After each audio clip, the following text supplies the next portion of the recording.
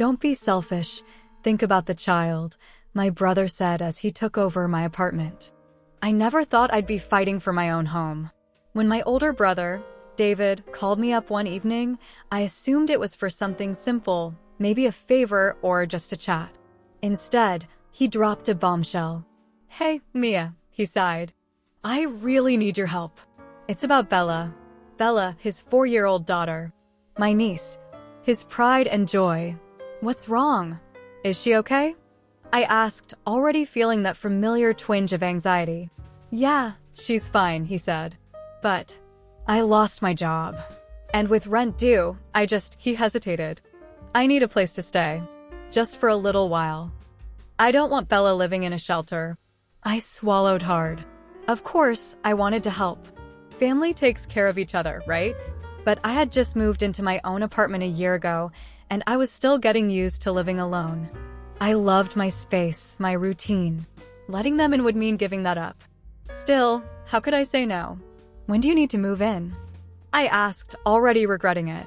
David showed up the next day, but instead of just a couple of bags, he had everything. Boxes, furniture, toys. My tiny one-bedroom apartment suddenly looked like a daycare. "I know it's a lot," he laughed awkwardly, seeing my expression. "But it's just until I get back on my feet." I forced a smile. "Yeah, sure." The first few nights were rough. Bella was adorable, but she was 4, meaning early mornings, cartoons flaring, and tantrums over the wrong color cereal bowl. David, meanwhile, seemed to have no sense of boundaries. He left dishes in the sink, sprawled out on my couch, and acted like this was his place. One evening, I came home from work exhausted, only to find him stretched out on my bed, Bella beside him watching TV. "David," I said, barely keeping my frustration in check. "Why are you in my room?" He blinked at me. "Bella needed a nap, and your bed is bigger. Just chill, Mia." My patience snapped. "David, I let you stay here because I wanted to help.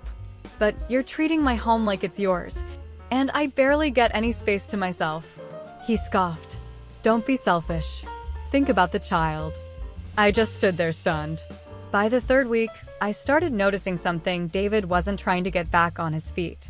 I'd come home after a full shift, only to see him playing video games or watching Netflix. Dishes piled up in the sink. He wasn't even looking for jobs, and when I brought it up, he had an excuse. "It's tough out there, Mia. The economy sucks. You don't get it." Oh, I got it. He was using me. But every time I pushed back, he threw Bella into the argument. "You want me and my daughter out on the streets? What kind of aunt is that?" I gritted my teeth. He was manipulating me, and I knew it. But what was I supposed to do?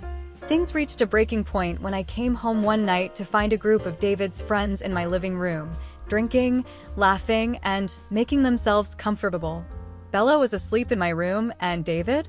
He was acting like the host. "What the hell is this?" I snapped. David grinned, already tipsy. "Relax, sis. Just a little get-together. You work so much, figured I'd bring some life into this place." I clenched my fists. "Your place?" "David, this is my home. And you're treating it like a damn frat house." His expression darkened. "Oh, come on. You're being dramatic." "No, I'm done," I said, my voice shaking. "You have until the end of the week. Find somewhere else." His face twisted in anger. "Wow, you really don't care about Bella, do you? She loves it here. You're gonna kick her out too." My chest tightened. I loved my niece. But this wasn't about her, it was about him. "You're her father. It's your job to take care of her, not mine." He glared at me but said nothing. His friends awkwardly looked away. David didn't leave. Instead, he doubled down, acting like I never even set a deadline.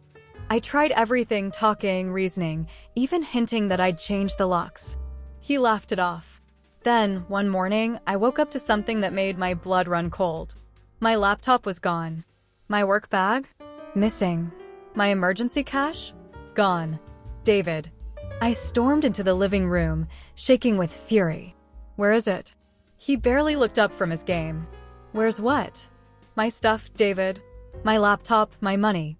He sighed and rubbed his face like I was the problem. "Look, I had to borrow some cash." I'll pay you back. I saw red. You stole from me? It's not stealing, he scoffed.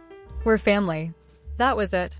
I left, drove straight to my aunt's place and told her everything. Turns out, she had been through the same thing with him before. I took her advice and called the cops. When David saw the officers at the door, his bravado crumbled. He tried to guilt-trip me one last time, but I was done. Think about Bella, he pleaded. I am thinking about Bella, I said coldly. She deserves better than this. David ended up couch-hopping at friends' places until he burned those bridges too. My parents were furious at me at first, but when they heard the full story, even they had to admit he had taken advantage of me. As for Bella, I still see her. I make sure she knows I love her. But David? He's still mad. Still blaming everyone but himself. And me? I finally have my apartment back. And I'm never letting anyone take advantage of me again.